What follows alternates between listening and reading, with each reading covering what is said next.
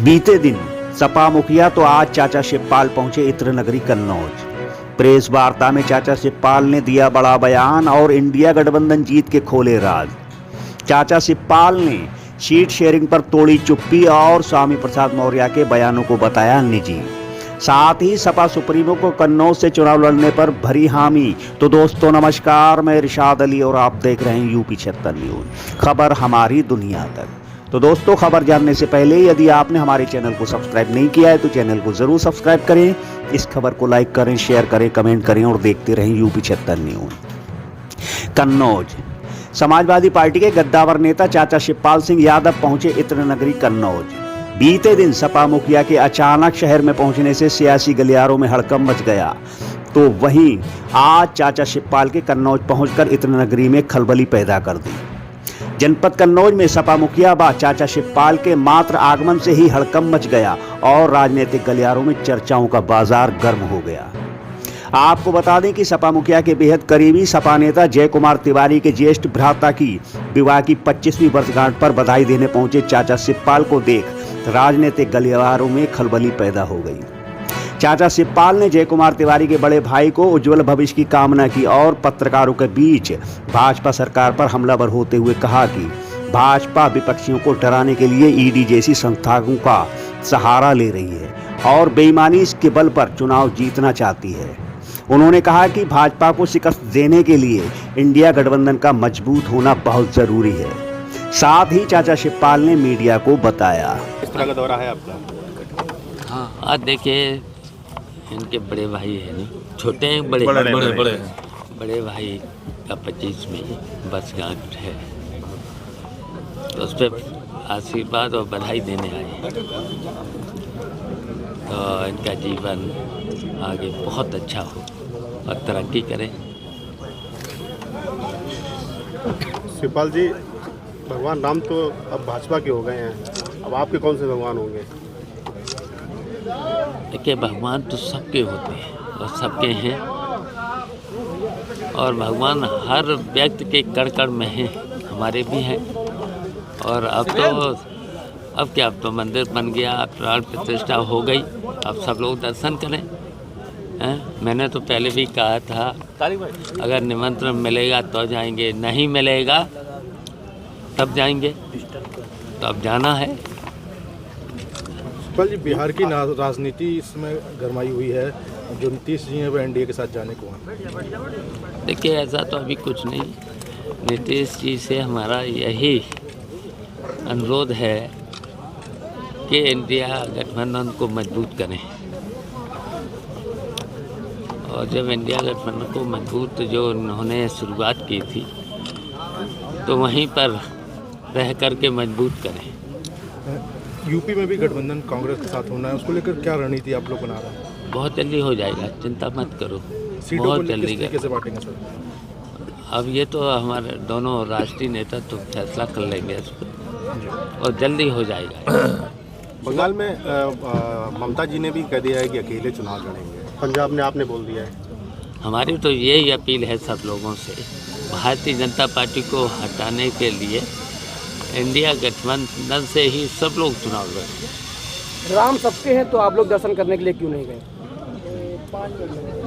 अब जब कहानी ख़त्म हो चुकी है ना, हाँ, अब देखिए प्राण प्रतिष्ठा भी हो गई, सब हो गया है, तो देखिए ये सीधा सीधा कोर्ट का आदेश था, उसी से तो मंदिर बना। तो भगवान तो सबके हैं। तो पहले तो वहाँ रोक लगी थी,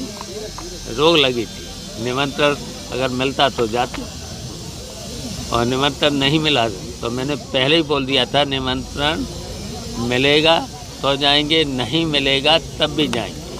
परिवार से ही जाएंगे। आम भक्तों की हथियारी पार्टी कहती है, इस पर क्या कहेंगे? अब ये बात बहुत पुरानी हो गई है, बहुत पुरानी हो गई है, लेकिन आज भी आपको सब पता है, सबको पता है।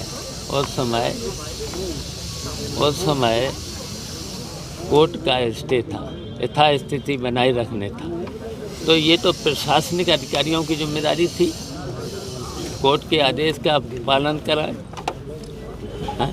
अब तो आपने सब कुछ पढ़ लिया, तब भी बार बार वही क्वेश्चन। अब तो ये खत्म हो चुका है, सब कुछ खत्म हो चुका शिवपाल जी, अब आपकी ज्ञान पार्टी बापी के स्वामी सर्वस्व प्रसाद हुआ मौर्य है, क्या लगता है इस तो- पे चुनाव पे असर पड़ेगा? है। तो देखिए, जो कोर्ट का आदेश होगा ना, कोर्ट का आदेश आ जाए, कोर्ट के आदेश का सब लोग पालन करेंगे। संभावित सूची में अखिलेश यादव के आजमगढ़ से चुनाव लड़ने की बात सामने आ रही है। अब देखिए, वो तो राष्ट्रीय नेतृत्व तय करेगा। वैसे तो वो घोषणा तो यहीं से कर चुके हैं, कन्नौज से लड़ने की घोषणा कर चुके हैं, तो उस पर क्या सवाल है। लोकसभा चुनाव में भाजपा को रोकने के देखिए, लिए क्या रणनीति होगी? देखिए, भारतीय जनता पार्टी हर स्तर से बेईमानी करना चाहती है और करी है चुनावों में, सब में बेईमानी, और जहाँ जहाँ बेईमानी हुई नहीं हुई है वहाँ जीते। अभी मैनपुरी का चुनाव हुआ था, नहीं बेईमानी कर पाई। अभी हुआ तो घोसी का चुनाव, कितने से भारतीय जनता पार्टी हारी। और इसी तरीके से अगर निष्पक्ष चुनाव हो जाएगा तो भारतीय जनता पार्टी हारेगी, और इसलिए हारेगी कि भारतीय जनता पार्टी ने कोई काम नहीं किया है 10 साल में, केवल हिंदू मुस्लिम, और जो वादे भी किए थे, एक भी वादा बता दो कहीं पूरा किया। बताओ, कन्नौज में कोई काम हुआ है इस सरकार में? और समाजवादी पार्टी में अखिलेश यादव की सरकार में या नेताजी की सरकार रही है, बताओ कितने काम हुए? अगर उनका अगर सूची गिनाना शुरू करें तो 2-3 घंटे लग जाएंगे काम का। और भारतीय जनता पार्टी का एक काम बता दो, यहाँ पूरे एरिया में बता दो। सर, वोटर लिस्ट में तो गड़बड़ी की इसलिए बात आप लोग देखिए, की ओर ये से वोटर लिस्ट में ये एसडीएम को दिए गए थे, और इसमें से कोई आदमी रहता नहीं है, सब हैं बाहर के वोटर, मृतक भी हैं, बाहर के लोग भी हैं, तो नहीं कटे हैं 250 वोट। ये वो लोग हैं जो बाहर रहते हैं, वो कटे नहीं हैं। हाँ, बाहर यहाँ कहीं है ही नहीं, वोट बना दिए, मरे उनके वोट बना दिए। बना दिए। ये देखिए, पूरी सूची है, ये शिवपाल जी, है। विधानसभा में आप लोग की अधिकारी भी उन्हीं के सारे पर काम कर रहे हैं, लेकिन हम लोग इसका विरोध करेंगे। पहले तो यहाँ जो भी सक्षम अधिकारी है, सक्षम अधिकारी तो चुनाव का काम एडीएम देखता, डीएम देखता है, इनसे करेंगे, नहीं तो हम लोग आयोग में जाएंगे। शिवपाल जी, विधानसभा चुनाव में आप लोग को बहुत अच्छी जीत मिली थी, बहुत अच्छा रिजल्ट भी रहा था, तो ऐसे में अकेले चुनाव लड़ना, अगर लोकसभा चुनाव भी अकेले लड़ सकते थे, गठबंधन जरूरी है क्या? नहीं, जरूरी है। भारतीय जनता पार्टी को इस समय जरूरी है, भारतीय जनता पार्टी को हराने के लिए एक होकर के भारतीय जनता पार्टी को हराना जरूरी हो गया है। मायावती जी देखिए, ये संविधान को मानते नहीं, कानून को मानते नहीं, अदालत को मानते नहीं। अब तो सब पे कब्जा, ईडी और सीबीआई का प्रयोग करते हैं, हर चीज़ में सबको धमकाने का काम करते हैं। दिल्ली के मुख्यमंत्री केजरीवाल ने एक ट्वीट किया है, कहा कि दिल्ली की सरकार को बीजेपी गिराने की कोशिश कर रही है, जो उनके विधायक हैं उनको धमकाया जा रहा है। नहीं, वो तो हर जगह भारतीय जनता पार्टी ने ईडी, सीबीआई और हर तरीके से विपक्ष के लोगों को तोड़ने का काम भारतीय जनता पार्टी करती है। शिवपाल जी, कहीं ना कहीं इंडिया गठबंधन जो जिस तरह से एक रफ्तार से शुरू में खड़ा हुआ था, उसी रफ्तार से अब धीरे धीरे दरक रहा है, तो ऐसे में लगता नहीं कि जो पुराने लोग हैं उनकी उपेक्षा की जा रही है? नहीं, ऐसा कहीं नहीं, ऐसा कहीं नहीं। और इंडिया गठबंधन ही मिलकर के चुनाव ये 2024 का लड़ेगा, मजबूती के साथ लड़ेगा और भारतीय जनता पार्टी को हराएगा। अरे यार, उनकी बात छोड़ो, उनकी बात छोड़िए। गिरगिट तो अब कह दो तो ठीक नहीं उनको, कुछ कह दो तो ठीक नहीं।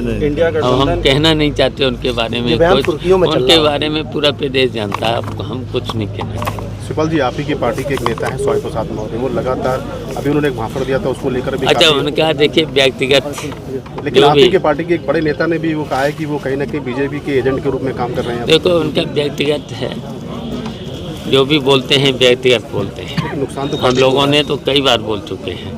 सर, ऐसा नहीं लगता कि इन सब बयानबाजी से नुकसान समाजवादी पार्टी का हो रहा है? देखिए, बहुत सा नुकसान को हम लोग पूरा करेंगे, नुकसान नहीं होने देंगे, और जनता भी समझती है ना, हैं? पहले तो वो बीजेपी में ही थे, बीजेपी से ही तो आए हैं समाजवादी पार्टी में।